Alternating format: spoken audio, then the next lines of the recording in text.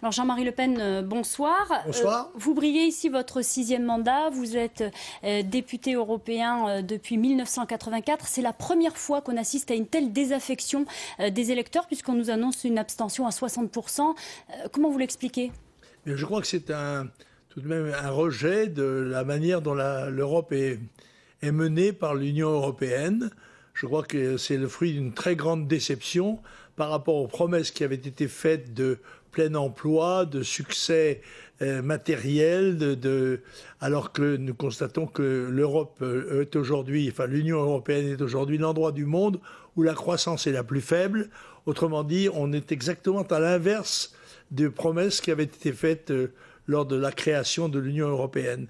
Alors, un Front National donné dans ce scrutin à 24%, est-ce que c'est simplement une dynamique européenne ? Est-ce que vous pensez que c'est une dynamique européenne ou est-ce que c'est propre à votre parti ? Je crois que d'ailleurs que nous en témoignerons demain au Parc Chano, très près d'ici, où nous avons un meeting rare, parce que c'est la première fois, je crois, que je parle politiquement en même temps que Marine Le Pen.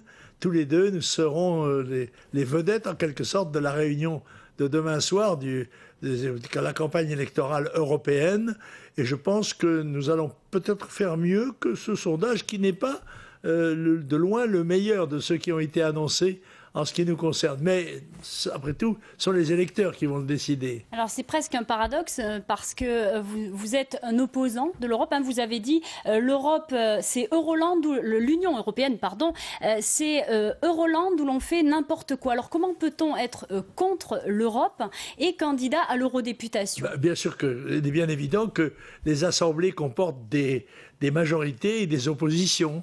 Moi, je suis un député de l'opposition. S'il n'y avait pas eu de députés républicains sous l'Empire, il n'y aurait jamais eu de République. Et par conséquent, je traduis, moi, au Parlement européen, l'opinion de mes électeurs qui ont de bonnes raisons de ne pas accepter la manière dont l'Union européenne a mené les affaires jusqu'à présent.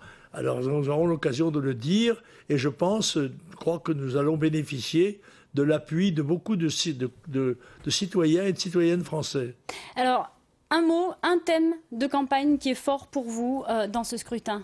Écoutez, le thème principal pour moi qui regarde la situation mondiale de la démographie, l'explosion démographique, le passage à 7 milliards d'habitants, le danger le plus grand pour notre pays, c'est l'immigration massive et les conséquences que cela entraîne sur le chômage, l'insécurité, le déficit budgétaire.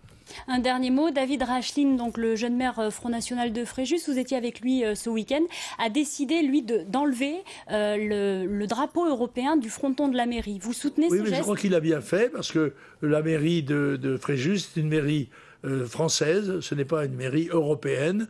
Par conséquent, nous sommes, contrairement à ce qui est dit, nous ne sommes ni racistes, ni xénophobes, ni même europhobes. Nous sommes des patriotes français, nous sommes francophiles. Dernier mot, qu'est-ce qui changerait si vous faisiez vraiment un très très gros score ?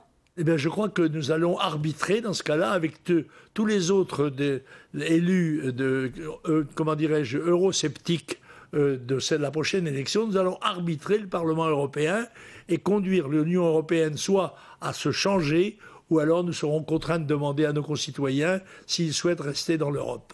Jean-Marie Le Pen, merci d'avoir été l'invité de ce journal. Je vous en prie.